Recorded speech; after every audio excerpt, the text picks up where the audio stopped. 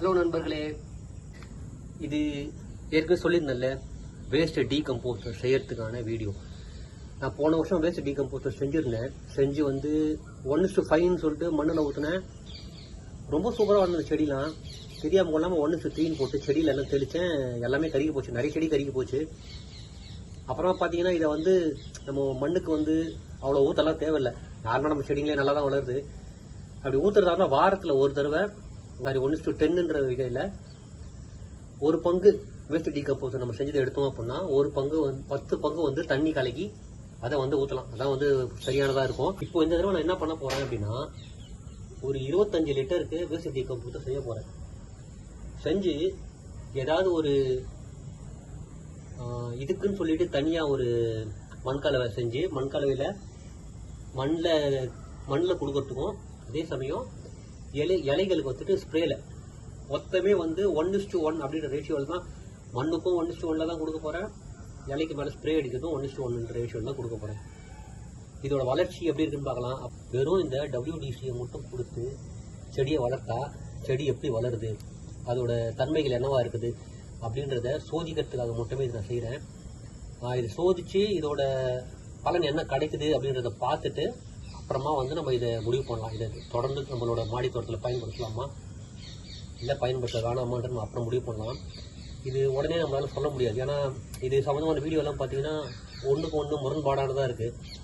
இன்றைக்கி ஒன்று சொல்கிறாங்க, நாளைக்கு ஒன்று சொல்கிறாங்க. அதுவும் எல்லா வீடியோவும் பார்த்தீங்கன்னா ஒரு 3 வருஷத்துக்கு முன்னாடி வந்ததாகவே இருக்குது. அதன் பிறகு இந்த WDC சம்மந்தமான எந்த ஒரு வீடியோவும் வரல.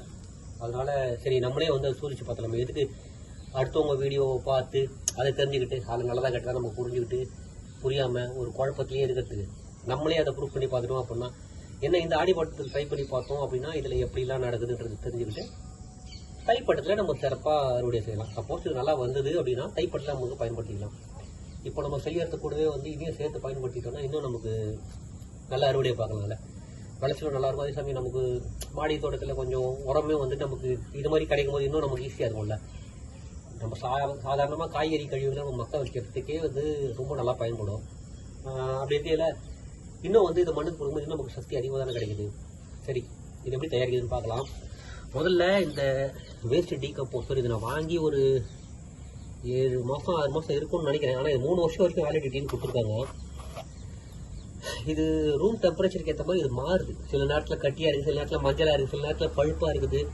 என்கிட்ட மொத்தம் ஒரு 6 டப்பா இருக்குது. இதை பாருங்க, இதில் வந்து கொஞ்சம் ஒரு மாதிரி தண்ணியாக இருக்க மாதிரி இருக்குது. இப்போ சரியா, நமக்கு இவ்வளோ தேவைப்படாது. இதில் இருந்து ஒரு அரை பங்கு எடுத்தாலே போதுமானது தான். ஏன்னா அவங்க 200 லிட்டருக்காக கணக்கு போட்டு கொடுத்துருக்காங்க. நம்ம செய்ய போகிறது வெறும் 25 லிட்டர் தான். அதனால் நமக்கு கொஞ்சோண்டு போதும்.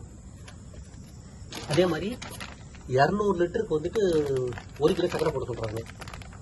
நம்ம வந்து 1/4 கிலோ 25 லிட்டர் தான் செய்ய போகிறோம். அதில் 1/4 கிலோ போட்டாலும் நமக்கு போதுமானது. அதனால் சக்கரை, நாட்டு சக்கரை எடுத்து வச்சுருக்கேன்.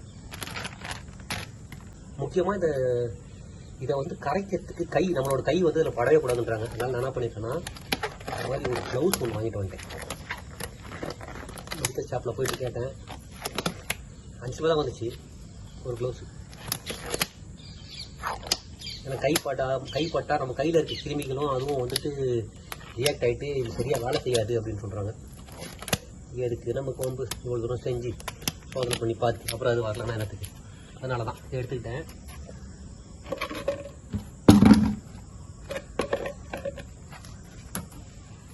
அன்றைக்கி 25 லிட்டர் எடுத்தாச்சு. இப்போது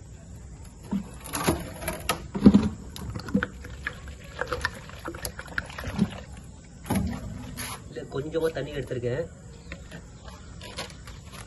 இது வந்து 1/2 கிலோ பாக்கெட்டு. இதில் கொஞ்சம் நான் எப்பவும் பயன்படுத்தினேன் நாட்டு சர்க்கரையை. அதனால் வந்துட்டு இதில் மீதியை பயன்படுத்துகிறேன்.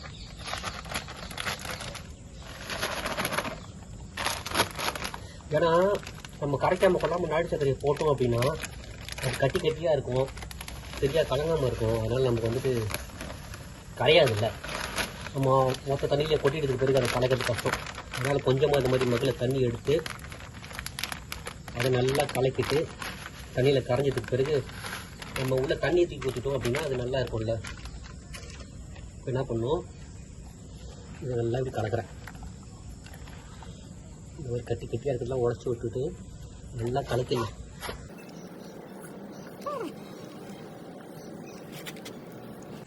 கலக்கிட்டு இதுலேயே வந்து நம்ம என்ன பண்ணலாம்னா இந்த WD-40 போட்டு அதையும் இதுலேயே கலக்கிடலாம். கலக்கிட்டோம்னா நமக்கு நல்லா கலங்கிரும். அது வந்து ஒரு சின்ன ஃபங்கஸ் தானே அதில் இருக்கிறது. செடி வந்து நல்லா மக்க வைக்கிறது, மண்ணில் இருக்க உரத்தெல்லாம் வந்து எடுத்து செடிங்களுக்கு வேர்களுக்கு கொடுக்கறதுக்கு சக்தி, அதாவது அதுக்கான வேலையை தான் இந்த பூச்சிகள் பார்க்கும். அதுக்கு தீனியே வந்து இந்த நாட்டு சக்கரை தான். அதனால் இந்த நாட்டு சக்கரையை நல்லா கரைச்சி விட்டுட்டிங்கன்னா அவங்க நல்லா சுகபோகமாக தின்னு நல்லா சிறப்பாக அவங்களுக்கு அந்த வேலையை செய்வாங்க. நம்ம தோட்டமும் கொஞ்சம் நல்லா செழுமையாக வளரும். பார்த்துருவோம் இந்த WDC என்ன தான் பண்ணுதுன்னு. போன தடவை பண்ணி நான் போன தடவை பண்ணுவோம் 100 லிட்டர் கிட்ட பண்ணேன். அது அப்போது வந்து தெரில, அவங்க 200 லிட்டர் ட்ரம்மில் போடுறாங்க. ட்ரம்மை போயிட்டு இரும்பு கடையில் வாங்கின 100 லிட்டர் ட்ரம் தான் கிடச்சிது. அதனால் அதுலேயே வந்து அப்படியே போட்டு செஞ்சேன். நான் மிஞ்சி போனால் ஒரு 5லேருந்து 10 லிட்டர் தான் பயன்படுத்தியிருக்கோம் அதிகபட்சம். மீதி 90 லிட்டரை கொண்டு போயிட்டு புழு பிடிச்சி போச்சு. அது வந்து 1.5 மாதம் வரைக்கும் தான் அதிகமாக. 1.5 மாதன்றது மேக்ஸிமம் 6 நாளில் ரெடி ஆகிடும். அதுக்கப்புறம் நம்ம ஒரு மாதம் வரைக்கும் வச்சு பயன்படுத்தலாம். 45 நாளைக்கு மேலே வச்சிங்கன்னா அதில் வந்துட்டு புழுகள்லாம் வர ஆரம்பிச்சிடும். அப்புறம் அது வேலைக்கு ஆகாது. ஓகே, இப்போதைக்கு இது கொஞ்சம் தான் கரையாமல் இருக்குது, கொஞ்சம் அடியில் கரையாமல் இருக்குது. சரி, இப்போ இதில் என்ன பண்ணலாம் தெரியுதா? அடியில் தெரியும், ஆனால் எடுக்கும் போது வர மாட்டேங்குது. சரி, இதை ஊற்றுவோம்.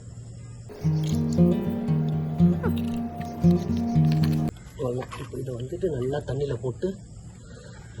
ஃபுல்லாக நல்லா கரைச்சிடலாம்.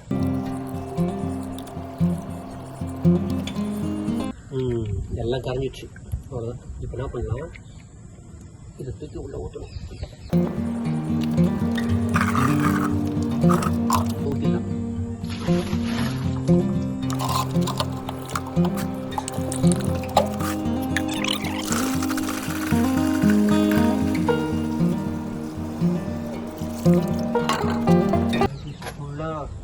நிரம்பி வந்துருச்சு. இப்போ இதெல்லாம் பண்ணணும், வெளியே காற்று எதுவும் போகாத மாதிரி ஒரு துணியை வச்சு கட்டிடணும். நான் என்ன பண்ணியிருக்கேன், என் மனைவியோட ஷால் துப்பட்டா கொஞ்சம் வெளுத்து போச்சு. அதனால் அவங்ககிட்ட கேட்ட எடுத்துட்டு போயிட்டா.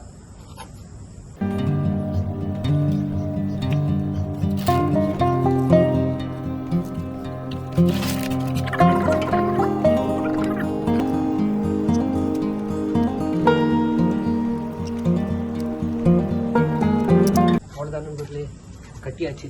இதை கொண்டு போயிட்டு வெயில் படாத இடமா ஓரமாக நம்ம ரூமில் வச்சுட்டோம் அப்படின்னா தினமும் காலையில் ஒரு தடவை, சாயந்தரம் ஒரு தடவை துணியை எடுத்துட்டு ஏதாவது ஒரு பிளாஸ்டிக் குச்சி மாதிரி வச்சு என்கிட்ட PVC பைப் இருக்குது, அதை வச்சு நல்லா காலையில் ஒரு தடவை, அப்புறம் சாயந்தரம் ஒரு தடவை ஆன்டிக்கில் கிளாக் வைஸில் சுற்றி விட்டுட்டு திரும்பவும் கட்டி வச்சுட்டோம் அப்படின்னா 6 நாள் நம்ம தயாராகிடும்.